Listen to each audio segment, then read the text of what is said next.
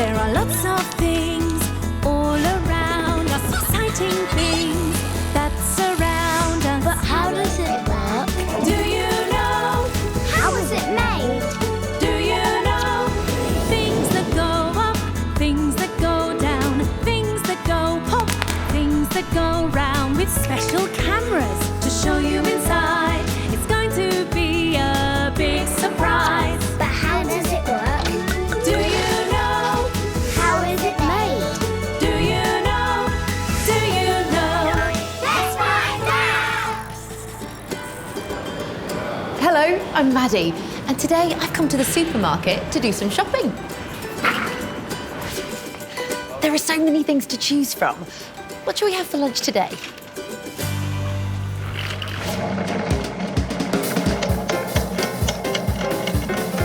We need bread to make sandwiches. What do you like in your sandwiches? I like cheese and tomatoes. And how about some bananas too? At the checkout assistant scans all of the items. Oh, there they go, beep. But how does the checkout know what the items are and how much they cost? Well, it's to do with something that's printed on the item. It's got these black and white stripes. Do you know what it is? It's called a barcode. But how does a barcode work? Let's find out. How does it work? Barcode. All over the world, 5 billion barcodes are scanned every single day.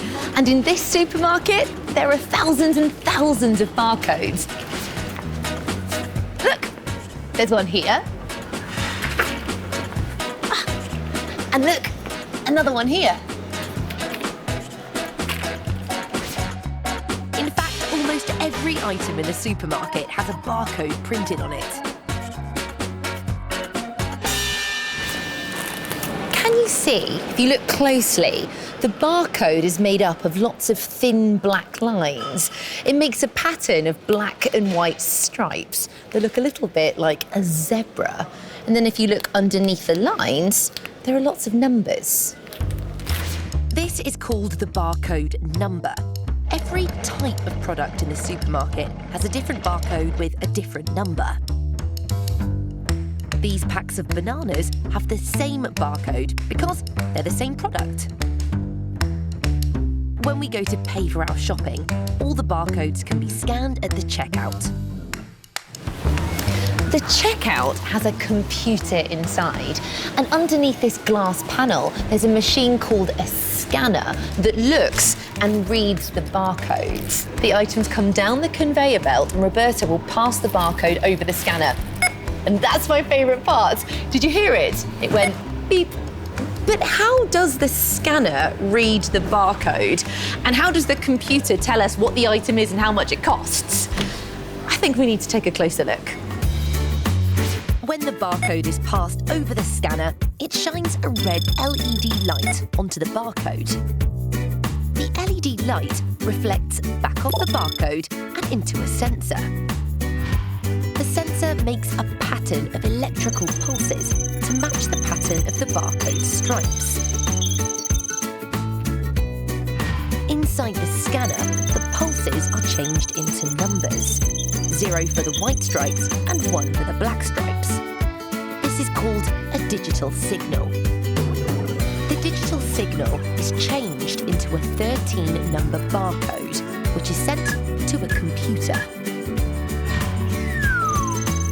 The computer has thousands of barcode numbers stored in its memory, and each number matches an item.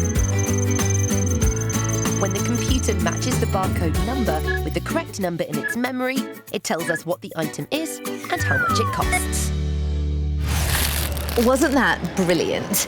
But did you know that the barcodes also help the supermarkets keep all of the shelves stacked with all the right things at the right time? Let's find out how. I really want 4 cans of this soup, but there's only 1 can left. Now, the supermarket might have some more soup that they could put on the shelf for me to buy, but how do we know? Well, we can use the barcode. The shop assistants can scan the barcodes using an app on their mobile phones called a barcode reader. This sends a message to the supermarket computer to check if there are any more cans of soup left. And it says that yes, there are more in the warehouse that's just behind the shop. Let's go see if we can find it. This is the warehouse where all of the items that are waiting to go on the shelves are kept. Ah, here we are. These look like our cans of soup, but I'm going to check. Yep, they're the same ones. I'm going to put my special camera on this cage so we can follow the soup cans into the supermarket where they'll get put on the right shelf. Here we go.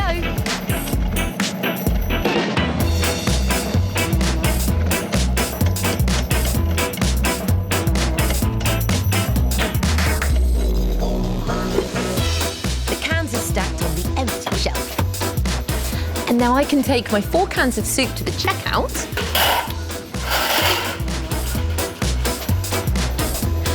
Where the barcodes are scanned. The computer can then tell us what the items are and how much they cost. All I have to do now is pay for all my shopping. I loved seeing how a barcode works. What was your favourite bit? Do you remember the name of the app that scanned the barcode on the can of soup? That's right, it's called a barcode reader. Did you hear the sound the computer made when it scanned the barcode? And did you see how the cans travelled from the warehouse to the shelf on my special camera?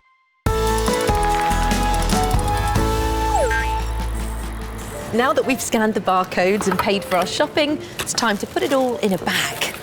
Ooh, what should we have for tea tonight? I've got some frozen peas, some carrots, and fish cakes. I love fish cakes. Do you like fish cakes? Fish cakes aren't like the cakes you have for pudding or for a treat, are they? No, fish cakes are made from fish and potatoes, and sometimes they have vegetables in them too. But do you know how fish cakes are made? Let's find out. How is it made? Fish cakes. To make fish cakes, we need fish, and that all starts here at a port. Every day, lots of fishing boats come into this port with their catch of fish. But where do they go from here? They're brought here. To a fish filleting factory. And all along this line are where the fish are sorted and cleaned.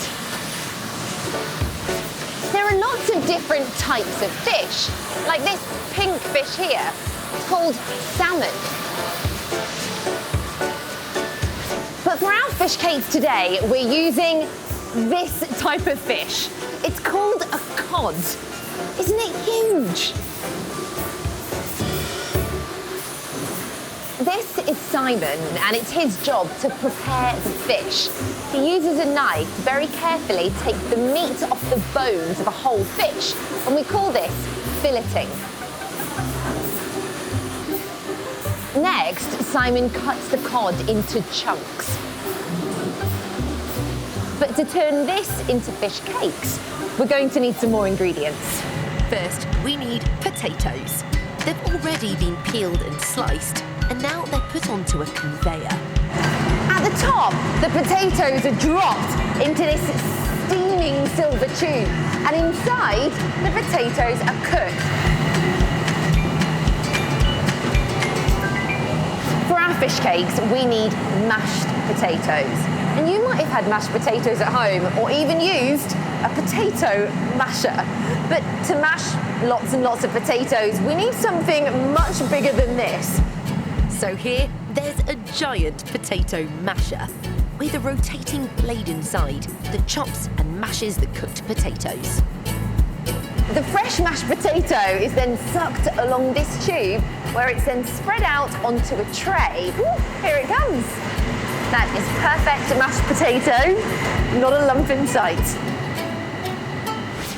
Wow, this is the really exciting bit where all of the ingredients are mixed together. And first, the fish is lifted and tipped into this huge tank. Look at all of the fish tumbling around. Now, after a little bit of mixing, the other ingredients are added. In goes the mashed potato.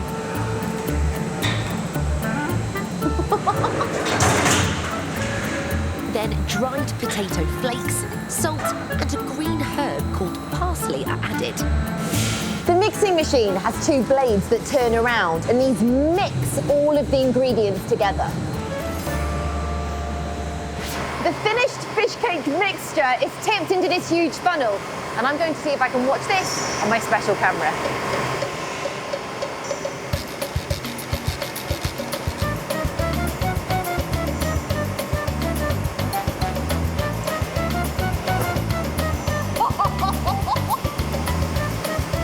The mixture is fed through pipes and measured out into dollops.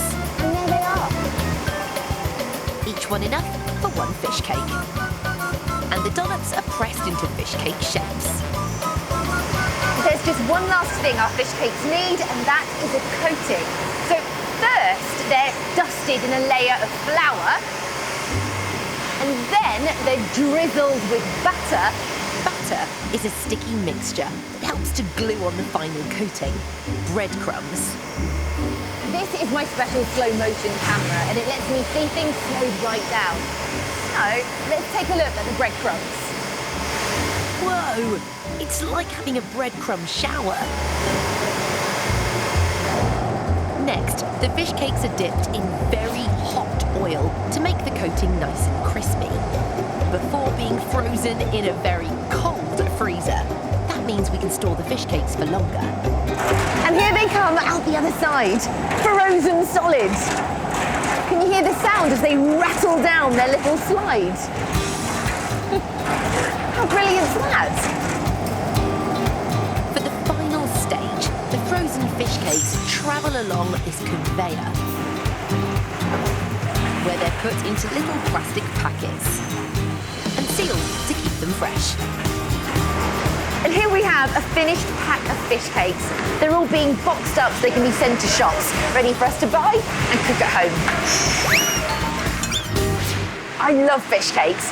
What was your favourite bit about seeing how frozen fish cakes are made? Do you remember what fish was used in the fish cake? That's right, it was cod. Did you hear the sound of the frozen fish cakes rattling down the slide? How brilliant is that? And did you see the breadcrumbs pouring onto the fish cakes on my special camera? It looked like a shower.